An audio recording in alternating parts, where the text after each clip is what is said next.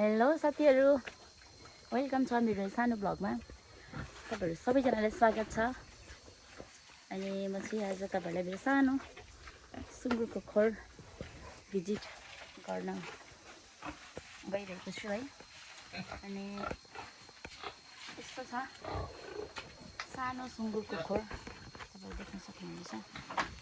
साथीहरू यहाँनिर हिजो मैले भर्खरै सफा गरेको, अनि फेरि जस्ता तस्तै बनाइहाल्दो रहेछ सुँगुर त हो है। देख्न सक्नुहुन्छ साथीहरू, यहाँ चाहिँ माउ हुन लागेको अवस्था। कुखुराहरू पनि छ, भाले हुँदैछ।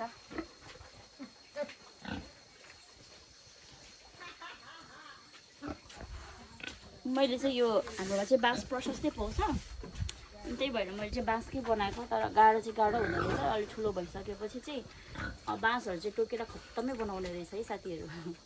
तर यो चाहिँ मेरो एउटा सानो सुरुवात हो, अनुभवको लागि मात्रै हो। अनुभव बटुलाउन अब कस्तो हुँदो रहेछ भनेर, अनि बिस्तारै बिस्तारै भयो भने चाहिँ बनाउनुपर्छ भन्ने योजना हो साथीहरू।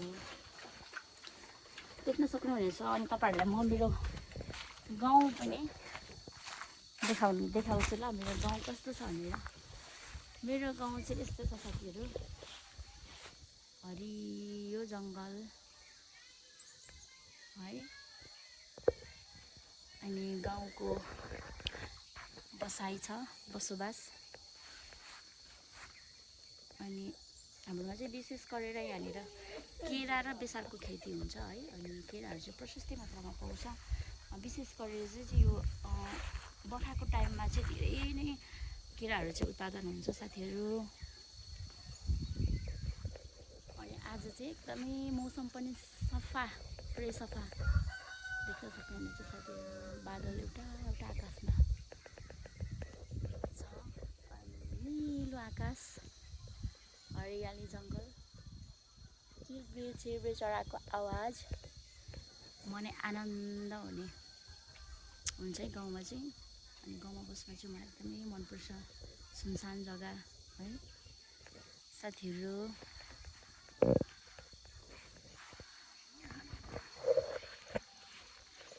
मेरो मम्मी माथि फोन चलाएर मस्त बसिराख्नु भएको।